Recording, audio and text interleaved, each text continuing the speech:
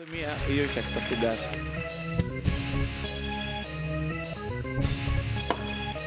सिद्धार्थ जाधव यांच्यासाठी आले भाजी विकून दाखवायची तुम्हाला. भाजी आणा भाजी. ही कुठली आहे?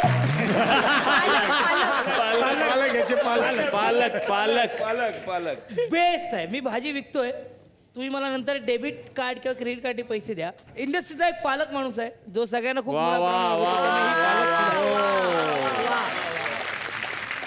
स्पृहाला मी टमाटे देतोय. का देतो माहितीये का? कारण ही ज्या पद्धतीने अशी टोपली सजवली आहे ना, त्या टमाट्यांमुळे त्या टोपलीला शोभा आली. तशी या शो मध्ये अमृताताई आणि स्पृहामुळे ह्या शोला एक मस्त शोभा आली. त्यामुळे एक एक टमाटे तुम्हाला एक टमाट्याचे गाल तुझे. नाही मला वाटलं होतं की मी फुलझडी केलं म्हणून तुम्हाला फ्लॉवर देशील. नाही, फ्लॉवरची एक वेगळी मजा आहे. तू विचार मला आता का वांगी? तुम्हीच एवढी हुशार भाजीवाली असल्यामुळे मी हा. तुम्हालाच कळेल इथे एक व्यक्ती आहे, त्यालाच फक्त हे जाऊ शकतं.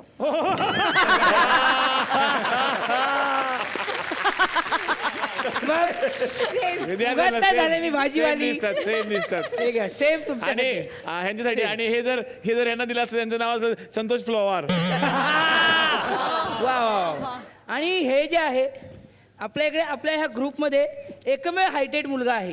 हा. त्याच्यासाठी मी ही गोष्ट आणलेली. तो म्हणजे प्रथमेश परब. वा वा. त्याच्यासाठी एकदम छान. वा. म्हणजे ही लौकी तू घे आणि नाव लौकिक आण. वा चांगलं आहे चांगलं आहे. बघा आता हे कुणाला देऊ नका. हा माठ आहे.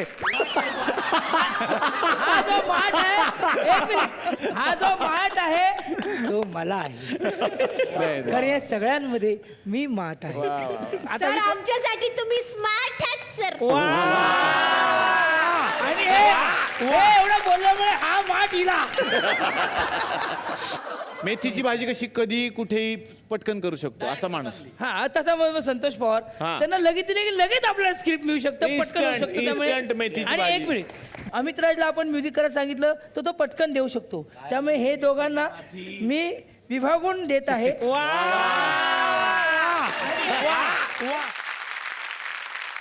वांगी हे मी दर्शनला दिलं पाहिजे ना. वांगी मी दर्शनला देतो. वांग्याचं भरीत करतात. हा ऍक्च्युली आता वांगी मी दर्शनला काय देतो Same सांगा? वाटतं का? कारण मी सगळ्यांना सगळ्या भाज्या वाटल्या, आता फक्त वांगीच उरलेली आहे.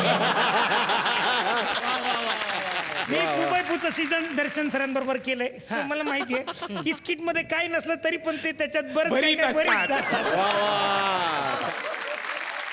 एक राहिलं ना लास्ट. आता सरांचं राहिलंय. सर तुम्ही लास्ट राहिलाय.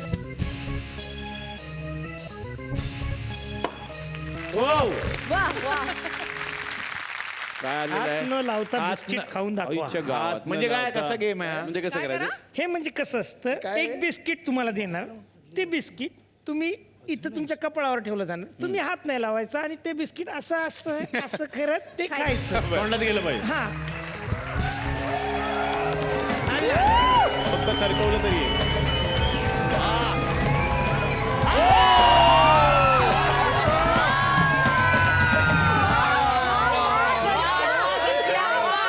त्याचा attitude म्हणजे रजनीकांत प्रवीण तरडे यांच्याकडे आता येणार आहे. पुण्याचा एक बादशाह होता त्या काळात. मी असं वाचलं की जेवढ्या काय एकांकिका स्पर्धा आहेत अशी कुठलीच नाहीये जी त्यांनी जिंकलेली नाही. सगळ्या एकांकिका स्पर्धा जेवढ्या महाराष्ट्रात होतात त्या सगळ्यांचे करंडक त्यांच्या घरी आहेत. काय वाटतात? का मी आत्तापर्यंत 250 करंडक जिंकले आणि मी एकूण 3,500 एकांकिकांचे प्रयोग केलेत. अरे महाराष्ट्रातला असा एकही जिल्हा नाही जिथं मी एकांकिकेचा प्रयोग क्या केला. बात है. मी नॅशनल प्लेअर कबड्डीचा वा. आणि सॉफ्टबॉलचा मी कर्णधार होतो ऑल इंडिया युनिव्हर्सिटी. तर कॉलेजमध्ये नाटकाच्या मुलांना बजेट मिळायचं ना. आणि मी UR आणि माझा मित्र रमेश परदेशी पिट्या जो रेगे पिक्चरमध्ये होता एमभाई, तो GS मी UR. तर आम्ही एकदा असंच बसलो, तर हे बजेटमध्ये हे काय, हे बजेट यांना का गेलं एवढं, हे कोण आहेत? म्हटलं अरे ती नाटकाची पोरं. म्हटलं नाटकाची म्हणजे नाटक म्हणजे काय?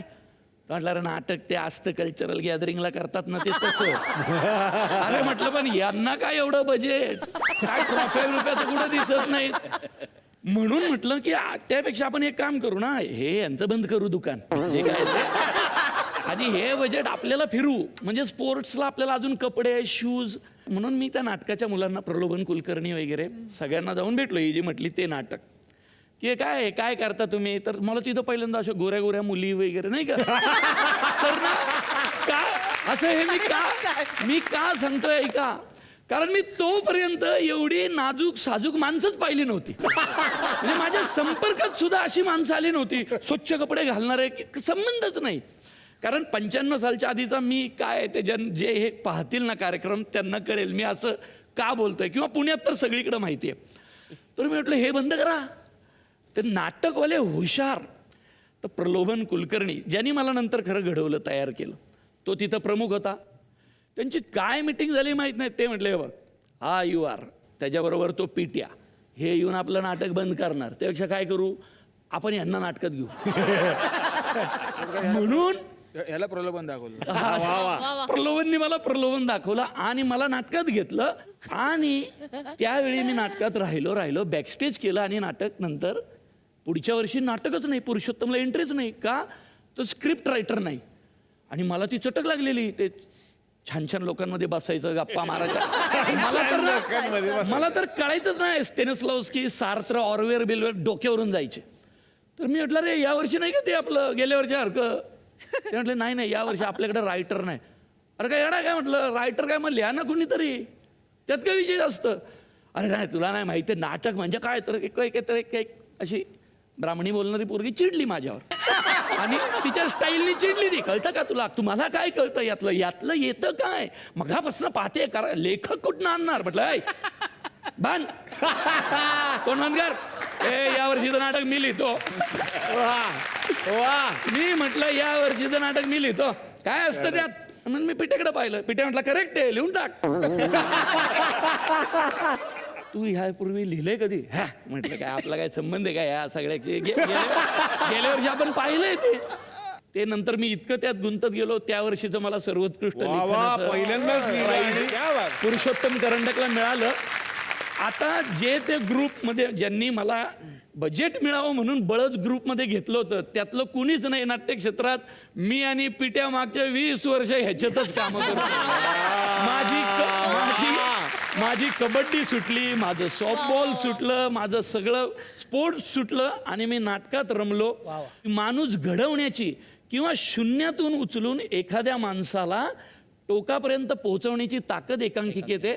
नाहीतर 95 सालीच्या आधीचा मी आणि नंतरचा मी, हे जे ऐकतायत त्यांनाच फक्त कळू शकतं मी असं का बोललो. त्यामुळे थँक्स फॉर थिएटर ॲक्टिव्हिटी.